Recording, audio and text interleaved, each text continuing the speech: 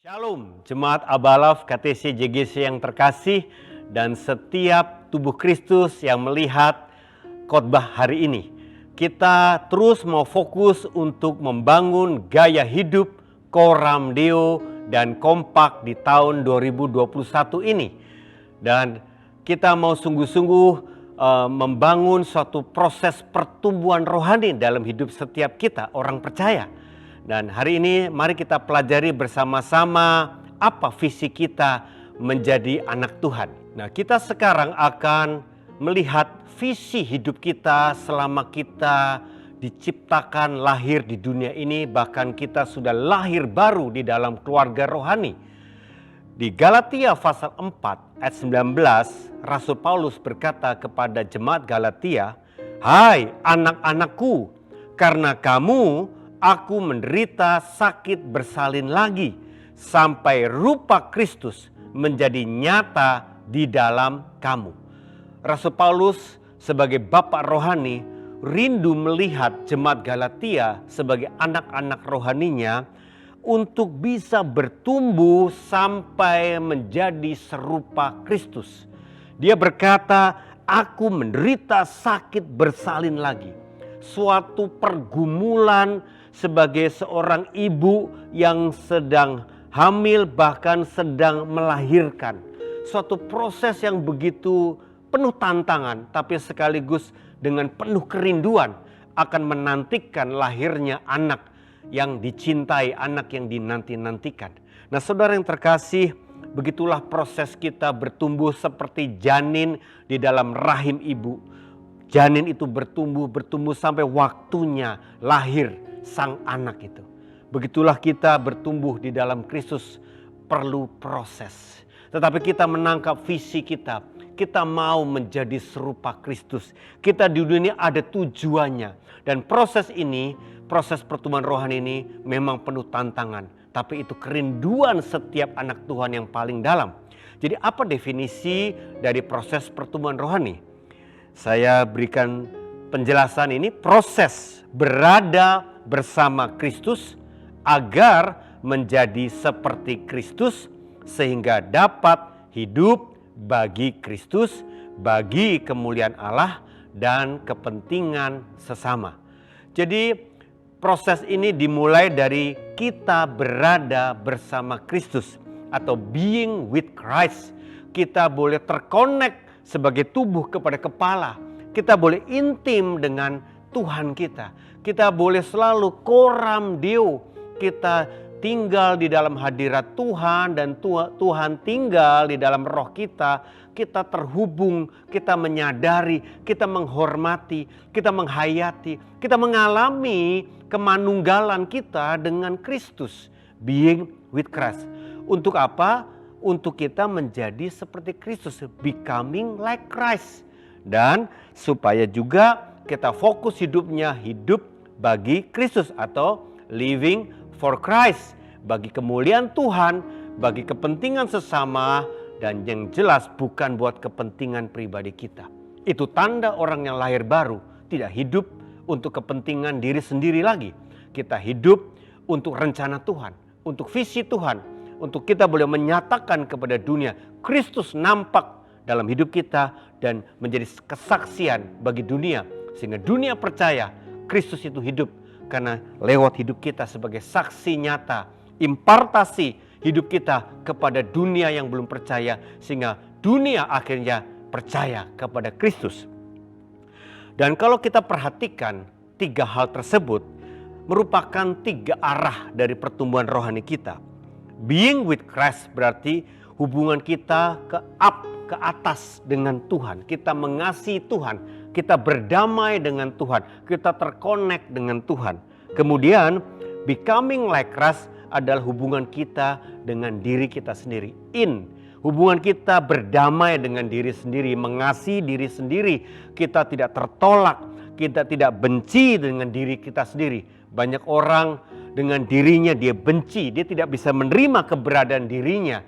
Dia bersungut-sungut, Mengapa saya dilahirkan dalam keluarga yang seperti ini? Mengapa saya lahir sebagai suku yang ini? Kenapa saya lahir dari orang tua yang seperti itu? Kenapa fisik saya tidak sebaik orang lain? Dan begitu banyak orang yang tidak bisa menerima dirinya atau berdamai dengan dirinya. Kita menerima sebagai ciptaan baru. Kita semua sudah menjadi anak Allah, ahli waris kerajaan Allah, saudara. Kemudian kita living for Christ itu out, bagaimana kita mengasihi orang lain, mengasihi sesama, saudara. Jadi sekali lagi, 3 arah pertumbuhan rohani.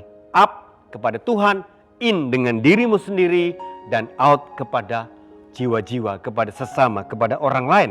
Kemudian ada 3 bidang yang kita bisa lihat dalam hubungannya dengan up, dengan in, dan dengan out. Yaitu apa? Up ini adalah hubungan spiritualitas, kerohanian kita lewat gaya hidup penyembah. Jadi gaya hidup pertama yang kita bangun di dalam pertumbuhan rohani lewat pemuritan, yaitu kita melatih gaya hidup sebagai penyembah yang sejati, yang menyembah di dalam roh dan kebenaran. Kemudian yang in itu bicara karakter, saudaraku. Bagaimana kita mau punya gaya hidup pertobatan, gaya hidup ketaatan, gaya hidup pelaku firman. Setiap firman yang kita renungkan bukan hanya sampai di pengetahuan, bukan sekedar teori, tetapi kita praktikkan, kita hidupi. Inilah yang mengubah karakter kita, saudaraku. Oleh sebab itu yang kedua ini kita saling berakuntabilitas dengan komunitas sepakat kita untuk kita mau taat kepada firman, menjadi pelaku firman. Kita siap bertobat setiap hari bila ditegur Tuhan, ditegur Roh Kudus, diingatkan Roh Kudus untuk hal-hal yang kita lalaikan atau kita kembali jatuh di dosa-dosa lama. Kita bertobat dan bangkit kembali, kita mau taat kepada firman. Kemudian yang ketiga adalah bagaimana kita living for Christ, kita out, kita berfungsi, kita punya tujuan hidup untuk boleh melayani jiwa-jiwa. Kita punya gaya hidup pelayanan. Jadi sekali lagi 3 gaya hidup yang kita bangun sebagai murid Kristus untuk mengalami pertumbuhan rohani, yaitu yang pertama gaya hidup penyembah, gaya hidup pelaku firman atau ketaatan, kemudian gaya hidup pelayanan. Kita tidak lagi hidup egois untuk kepentingan sendiri, tetapi kita hidup untuk melayani jiwa-jiwa, untuk banyak orang yang belum mengenal Tuhan, yang perlu dipulihkan, yang perlu diselamatkan, saudaraku. Dan kemudian kita lanjutkan, ada 3 perjumpaan ilahi di dalam proses pertumbuhan rohani kita. Yaitu yang pertama, kita mengalami perjumpaan dengan kebenaran atau disebut truth encounter. Ya, yang up ini kita mengalami hubungan doa dan firman.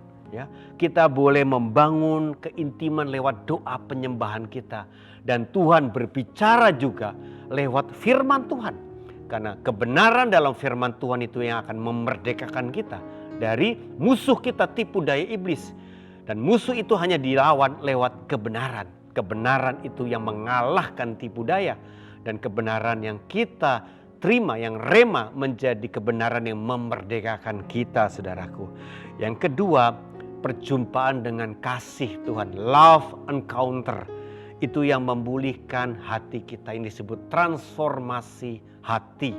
Ya, dari latar belakang kita yang terluka, yang penuh trauma, yang penuh penolakan, yang ketakutan, dan segala macam tindakan-tindakan yang pernah dialami ya lewat keluarga, orang tua, lewat lingkungan, sehingga saudara mengalami luka batin, saudara mengalami keterikatan pola dosa. Tuhan mau kita pulih, transformasi hati, beres, berdamai dengan dirimu sendiri, dan lupakan segala masa lalu, supaya kita hidup memiliki visi masa depan dan hidup di masa kini, hidup berjalan bersama Kristus.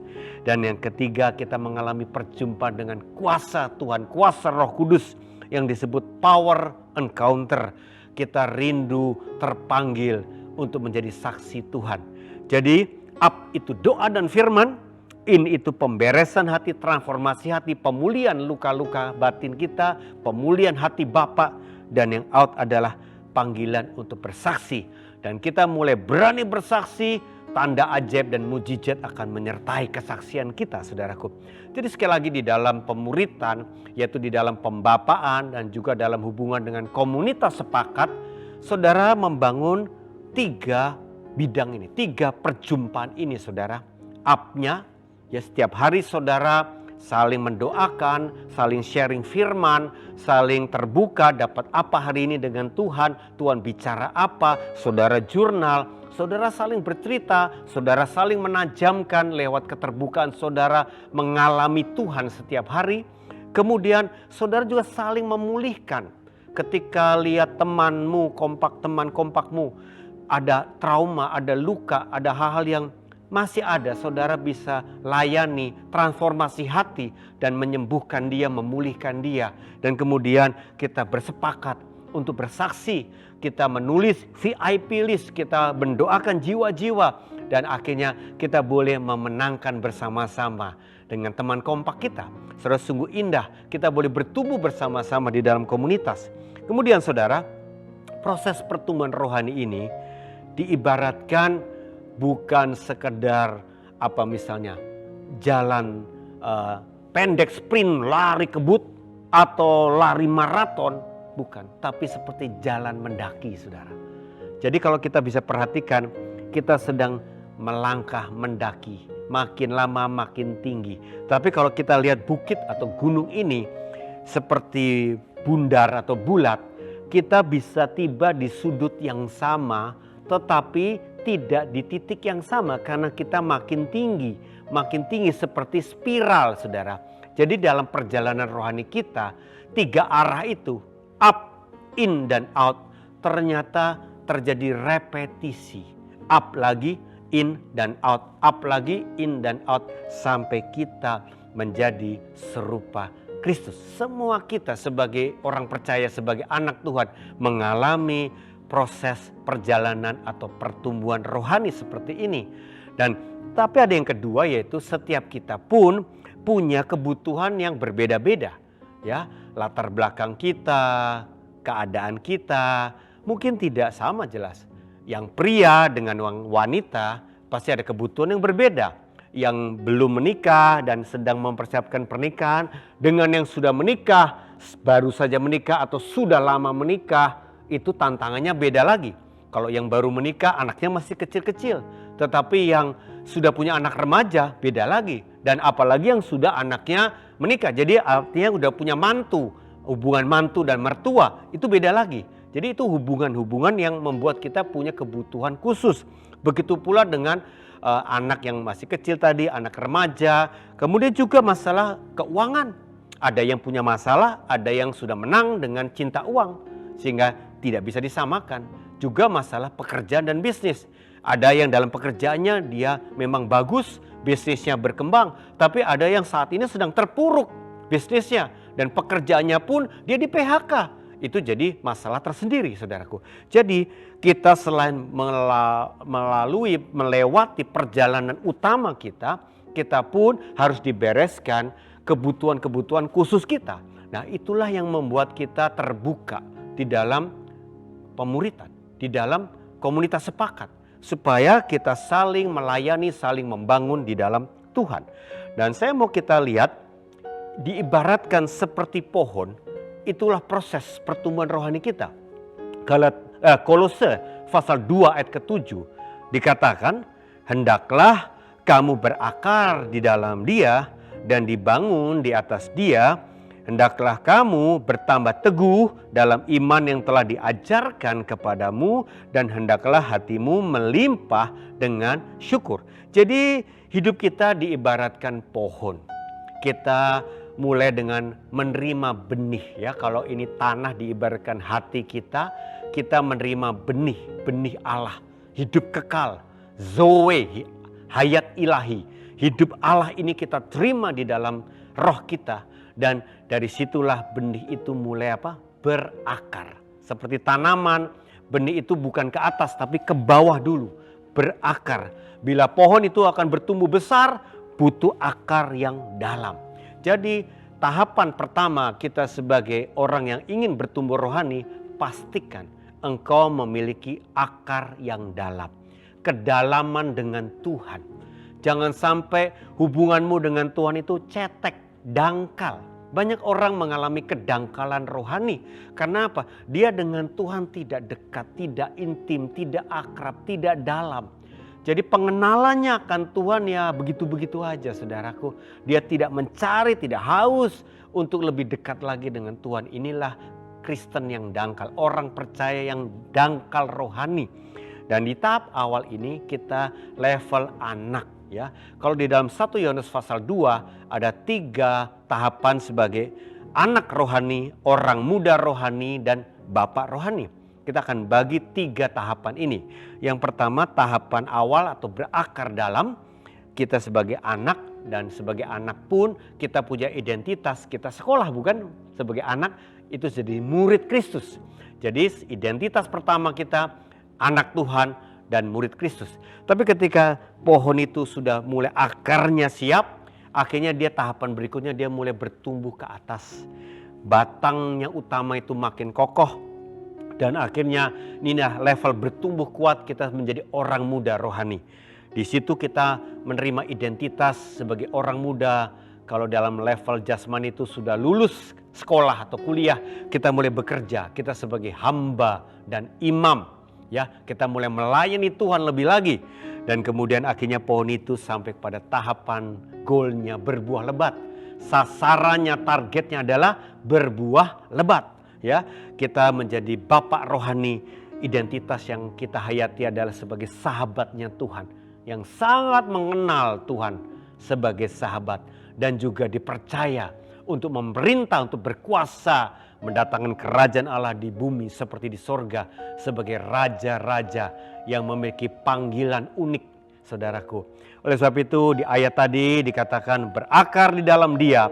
Kemudian apa? Dibangun, kita bertumbuh, bertambah teguh di dalam iman.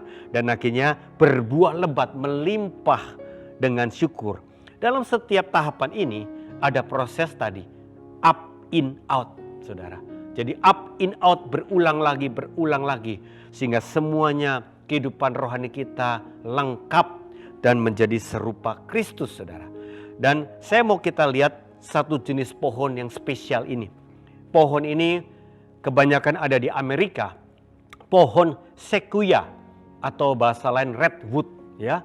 Ini jenisnya macam-macam, tapi bentuknya ini pohonnya begitu raksasa, begitu besar, begitu tingginya, pohon tertinggi di dunia, saudara. Kalau sudah perhatikan pohon ini tingginya 115 meter, melampaui Patung Liberty di New York, saudaraku. Luar biasa tingginya, ya, melewati gedung-gedung pencakar langit, saudaraku. Ya, dan kita bisa lihat pohon ini, kalau itu satu hutan pohon sequoia ini, saudara, begitu berdekatan dan begitu raksasa-raksasanya pohon itu, saudaraku.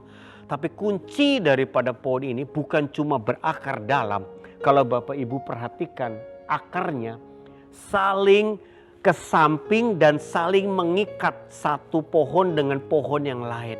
Ternyata pohon sequoia selain bertumbuh kuat, dia juga saling terikat di dalam komunitas, saudaraku. Pohon ini tidak berdiri sendiri, sehingga benar-benar tahan segala angin kencang badai, karena saling terikat di bawahnya, saudara. Kita dengan sesama teman komunitas sepakat, dengan keluarga rohani kita, dengan pembapaan, dengan anak rohani kita. Kita boleh dalam keluarga rohani saling berkomitmen, saudaraku. Ini yang membuat kita benar-benar akan dipakai Tuhan besar, dipakai Tuhan dahsyat, dan tahan terhadap segala ujian dan cobaan, saudaraku. Saudara rindu, kita tidak bisa menjadi seorang superhero di dalam iman sendirian. Tuhan tidak mau kita jadi jagoan sendirian, saudaraku. Tapi Tuhan mau kita menjadi komunitas kerajaan Allah, komunitas yang sepakat. Ya. Amin, saudaraku. Pastikan saudara memiliki komunitas sepakat. Saudara dibapai dan kemudian saudara membapai anak rohani saudara. Ya, kita tidak sendiri di dalam Tuhan. Kita punya komunitas sepakat, sekali lagi. Kemudian pohon yang kedua yang saya mau kita bahas adalah pohon anggur. Ya, di Yohanes 15 ayat 5 dan ayat 2 kita akan baca, akulah pokok anggur dan kamulah ranting-rantingnya. Barang siapa tinggal di dalam aku dan aku di dalam dia, ia berbuah banyak. Sebab di luar aku kamu tidak dapat berbuat apa-apa. Setiap ranting padaku yang tidak berbuah dipotongnya, dan setiap ranting yang berbuah dibersihkannya, supaya ia lebih banyak berbuah. Dikatakan Tuhanlah pokok anggur. Jadi akarnya kita hanya kepada Tuhan. Dasar hidup kita, fondasi hidup kita hanyalah dengan Tuhan. Tuhanlah yang menjadi sumber, menjadi pusat, menjadi dasar, akar, fondasi hidup kita. Tetapi kita ini bertumbuh sebagai ranting-rantingnya dikatakan ya. Jadi kalau kita tinggal di dalam Tuhan dan Tuhan tinggal di dalam kita, koram dio, manunggal dengan Tuhan, kita pasti berbuah banyak, saudara. Jadi dengan kita benar-benar melekat kepada Tuhan, bergantung total hanya kepada Tuhan, pasti segala makanan dari akar itu tumbuh sampai kepada batang-batangnya dan tersalur sampai ke ranting-rantingnya dan akhirnya buah-buah yang lebat, saudaraku. Dan diingatkan bahwa di luar aku kamu tidak dapat berbuat apa-apa. Mungkin Bapak Ibu bisa kritis, Pak, banyak orang yang tidak percaya Tuhan tetapi bisa melakukan banyak hal, Pak. Tapi ingat, ayat ini berkata di luar aku kamu tidak dapat berbuat apa-apa. Artinya apa? Keberhasilan manusia tanpa Tuhan tidak dianggap sama Tuhan. Keberhasilan manusia yang untuk menyombongkan diri tidak dianggap, tidak ada artinya.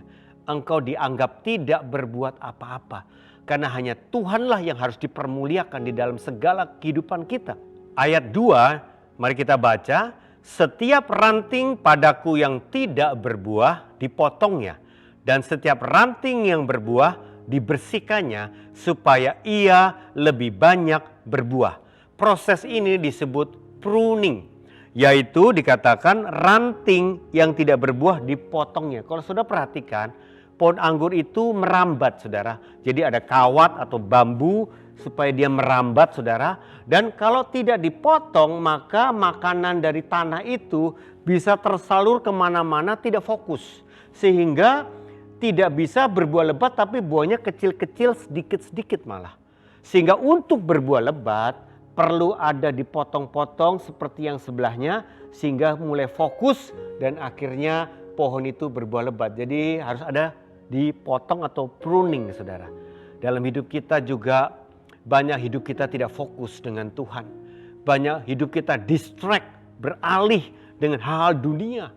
Banyak anak Tuhan banyak maunya, apalagi itu hal-hal yang tidak berkenan, saudaraku. Kita banyak maunya, banyak fokusnya. Kita nggak fokus dengan kehidupan kita, dalam pertumbuhan rohani kita, di dalam kecintaannya kita dengan Tuhan, dengan pemberesan dengan diri sendiri atau dengan orang lain. Tapi kita mengumbar segala hawa nafsu dan segala keterikatan kebiasaan buruk. Ini berarti kita banyak tidak fokus.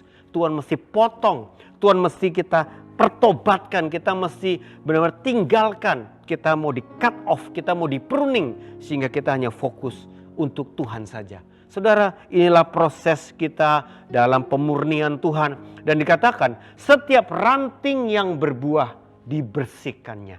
Oleh apa? Oleh firman, saudaraku. Kita tidak bisa hidup tanpa firman.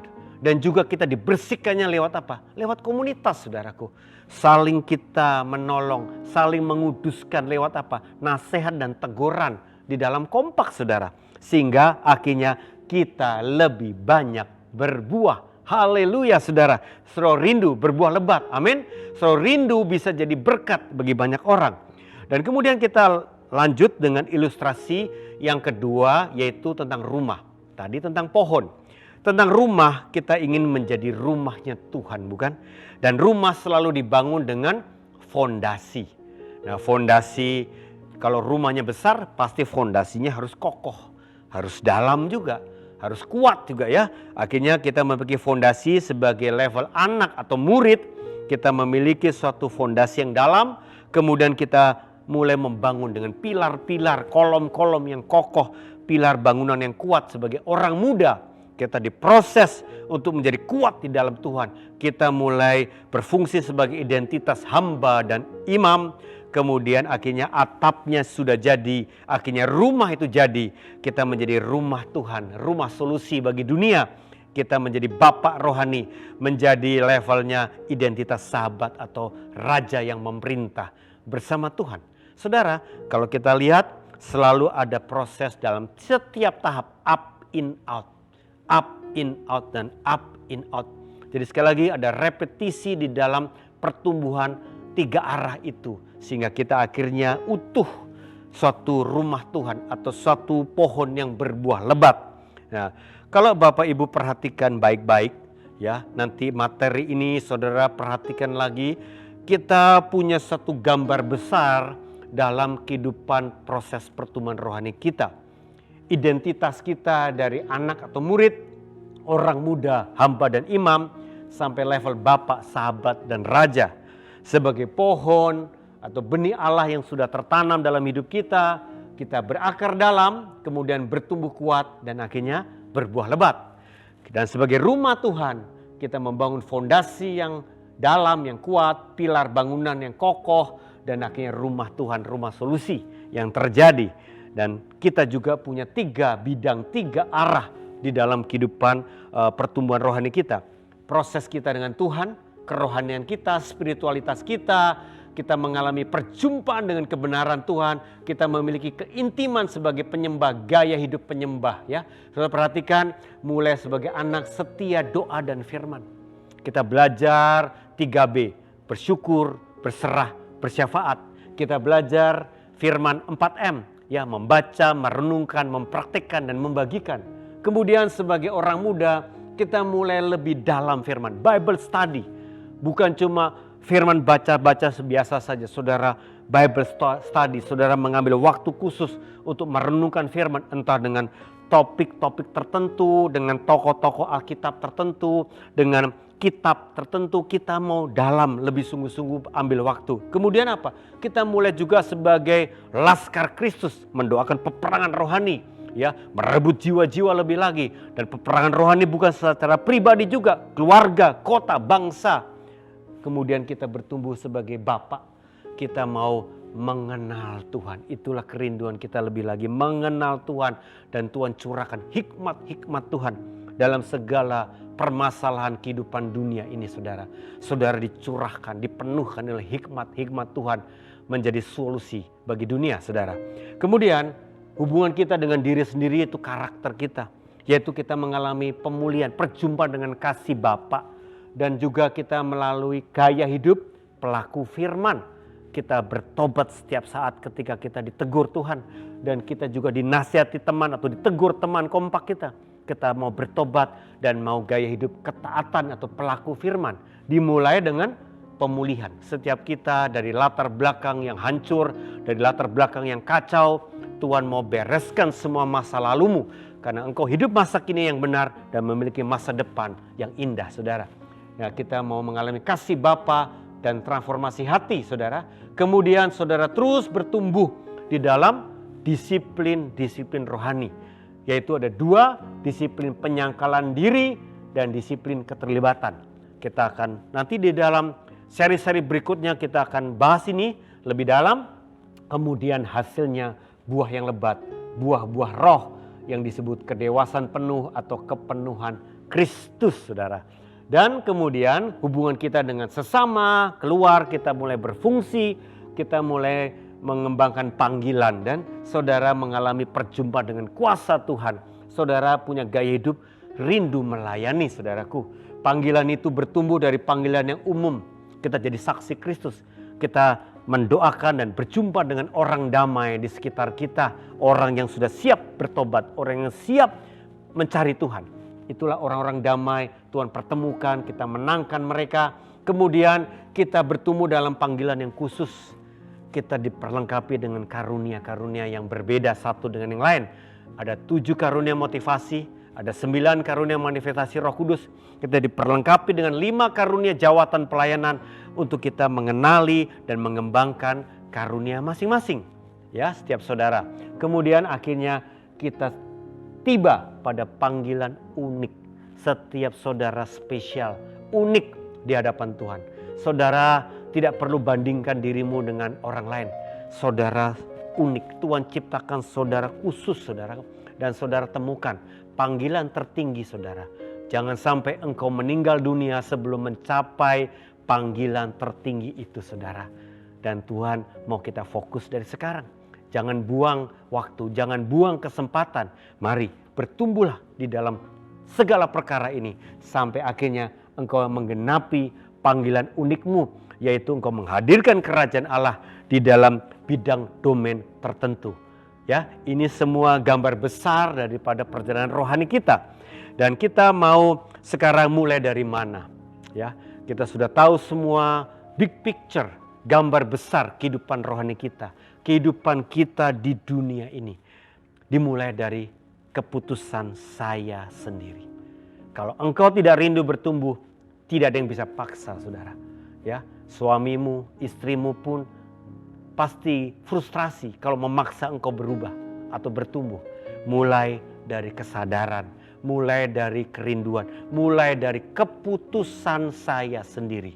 Saya mau bertanggung jawab atas diri saya di hadapan Tuhan dan kepada orang-orang yang Tuhan percayakan dalam hidup saya. Saya rindu bertumbuh, saya rindu berubah, saudara. Setelah itu kemudian saudara minta visi itu dinyatakan. Visi yang umum, saudara rindu menjadi serupa Kristus itu seperti apa, saudara? So rindu boleh dipakai Tuhan dalam hidupnya. Klimaks hidupmu itu mau seperti apa? Nanti Tuhan berikan lebih detail, lebih spesifik. Hidup yang mulia itu seperti apa? Engkau rindu punya visi Tuhan yang memang sudah ditetapkan dalam kekekalan bagi setiap kita. Ya, Efesus 2 ayat 10 dikatakan, karena kita ini buatan Allah, diciptakan dalam Kristus Yesus untuk melakukan pekerjaan baik yang dipersiapkan Allah sebelumnya. Ia mau supaya kita hidup di dalamnya. Kita ini semua buatan Allah, diciptakan oleh Allah untuk melakukan pekerjaan baik. Inilah panggilan unik tadi yang dipersiapkan Allah sebelumnya. Semua talenta, semua karunia, semua harta karun itu sudah ada dalam diri kita. Semua disediakan Tuhan, disiapkan Tuhan. Dan Tuhan mau kita fokus hidup di dalamnya. Saudara, selalu rindu bertumbuh, saudara. Jangan lagi distract, jangan lagi beralih dengan yang lain-lain. Tuhan mau pruning, Tuhan mau potong, Tuhan mau bersihkan sampai kita fokus berbuah lebat, saudaraku. Dan akhirnya kita tahu kita tidak bisa hidup sendiri. Kita butuh teman kompak, teman sepakat kita. Dan kita mau membangun gaya hidup akuntabilitas. Dan kita mau lanjutkan sedikit lagi. Gaya hidup akuntabilitas atau komunitas sepakat adalah otentik dan intensional. Ya, gaya hidup kompak yang pertama itu otentik, transparan, telanjang, terbuka total di hadapan Tuhan dan komunitas sepakat, keluarga rohani kita, saudaraku. 1 Yohanes 1 ayat 6 dan 7 dikatakan, jika kita katakan bahwa kita beroleh persekutuan dengan Dia, namun kita hidup dalam kegelapan, kita berdusta dan kita tidak melakukan kebenaran. Tetapi jika kita hidup di dalam terang, sama seperti Dia ada di dalam terang, maka kita beroleh persekutuan seorang dengan yang lain. Dan darah Yesus anaknya itu menyucikan kita daripada segala dosa. Jadi kalau kita bersekutu dengan Tuhan, kita akan berjumpa dengan sang terang itu. Dan hubungan kita hubungan di dalam terang. Terang artinya apa? Semuanya terlihat. Semuanya telanjang, semuanya transparan di hadapan Tuhan, di dalam Tuhan tidak ada sedikit pun area kegelapan. Jadi saudaraku, kalau kita mungkin yang pertama kita tidak menyadari ada sesuatu yang tersembunyi di dalam diri kita. Ada trauma, ada luka, ada pola dosa yang sudah terekam di masa lalu. Mungkin kita tidak sadar, itulah kegelapan. Iblis mau menipu kita dan sengaja untuk kita tidak sadar-sadar. Dan kita bisa ditipu terus-menerus. Itulah kegelapan yang tidak disadari. Oleh sebab itu kita butuh mencari Tuhan, mencari firman. Kita butuh terbuka, dinasihati, ditegur oleh teman kompak kita. Supaya yang terselubung, yang tersembunyi itu dibongkar. Dan akhirnya disingkapkan. Tapi yang kedua, bisa saja kita sudah sadar, kita sudah tahu, tapi kita belum sungguh-sungguh mau bertobat. Itu seperti kita tutupi, kita sembunyikan, atau mungkin kita malu, kita gelapkan itu. Dan kita nggak berani cerita ke orang lain tentang suatu ikatan dosa atau sesuatu hal yang tersembunyi, yang tertutup itu kita tidak berani cerita, kita tidak aman. Kita kurang percaya kepada orang. Nah saudaraku, mari di dalam hubunganmu dengan keluarga rohani, dengan bapak rohanimu, dengan komunitas sepakatmu, belajar bertumbuh dalam authenticity, dalam transparansi, dalam keterbukaan, di dalam integritasmu. Oleh sebab itu, mari bertumbuh, membangun rasa percaya. Dan mari kita yang menjadi bapak rohani atau komunitas sepakatnya, kita pun menjaga kepercayaan yang mahal itu. Jangan ceritakan kemana-mana bila dalam proses masih sedang ditangani saudaraku.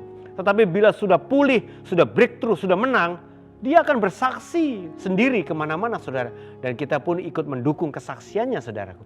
Sekali lagi, jaga rahasia saudara. Itu suatu kepercayaan yang mahal saudara.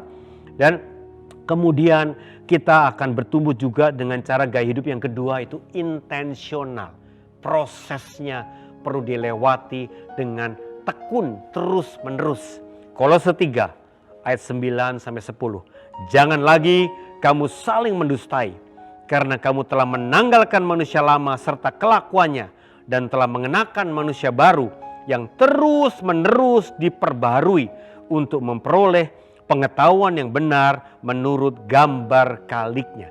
Sekali lagi, jangan saling mendustai. Jangan ada dusta di antara kita dalam keluarga rohani, dengan bapak rohani, dengan komunitas sepakat. Jangan ada dusta, jangan ada kegelapan di antara kita. Dan kita tanggalkan proses menanggalkan manusia lama dan mengenakan manusia baru. Inilah proses pertumbuhan rohani, proses pemuritan yang akan kita terus singgung-singgung di dalam kehidupan pemuritan kita. Dan ini proses terus menerus diperbaharui atau intensional, disengaja, diusahakan. Ya, ada niat betul-betul, ada ketekunan di situ sampai kita benar-benar menjadi serupa dengan gambar kalik, gambar Kristus, saudara.